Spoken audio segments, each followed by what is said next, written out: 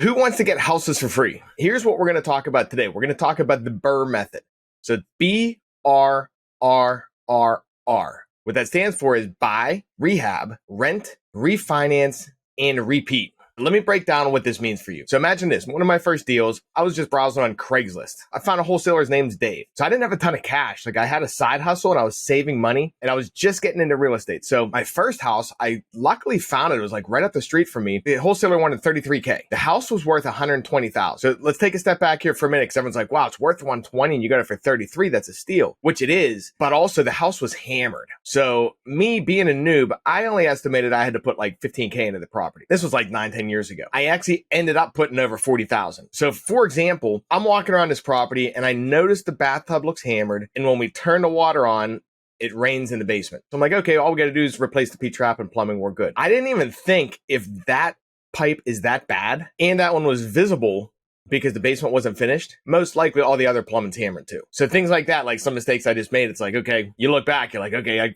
estimate to replace the plumbing in the whole house, not just the one thing. Here's the deal though. I missed that estimate, but if you buy right, like everyone talks about buying right, if you buy right, you're still good. So I estimated $15K and I had to put $40K into it. Whatever, it still made sense because it's worth $120. So here's what I did. I get in the property, I fix it. And then the way the BRRRR method works is I went to the bank and asked them, hey, can I take a loan for $73,000?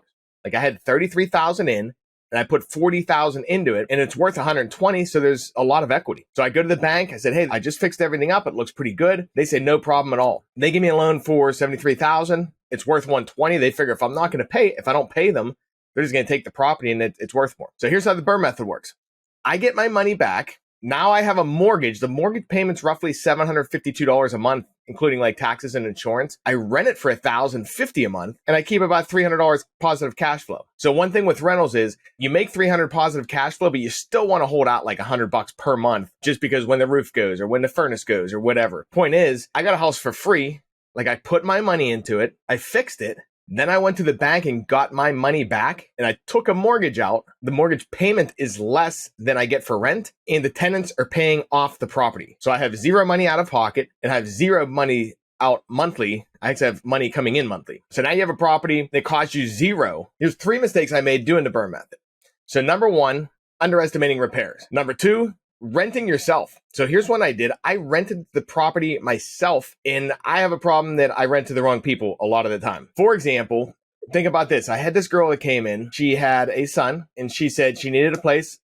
She wasn't getting along with her parents and they were kicking her out, which should be a major red flag. So I'm talking to her. I'm like, okay, she's telling me this story. Her credit's shot and she's just giving me the sob story. I'm like, okay, well, and I wanted to help her out. So what I told her is I'm like, hey, how about this? I'm going to do you a solid. Don't screw me. So what do you think happened?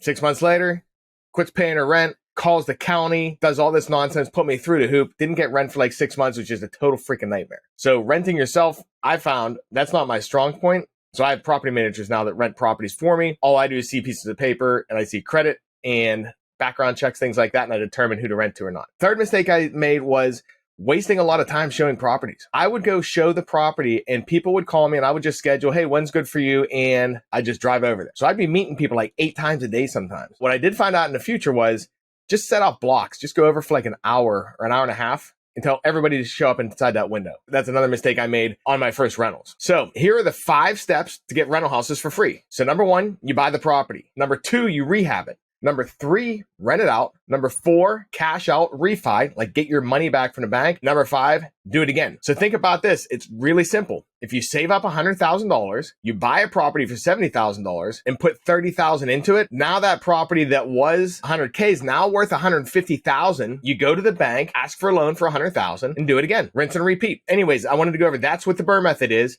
Let me know what you guys think and we'll talk soon.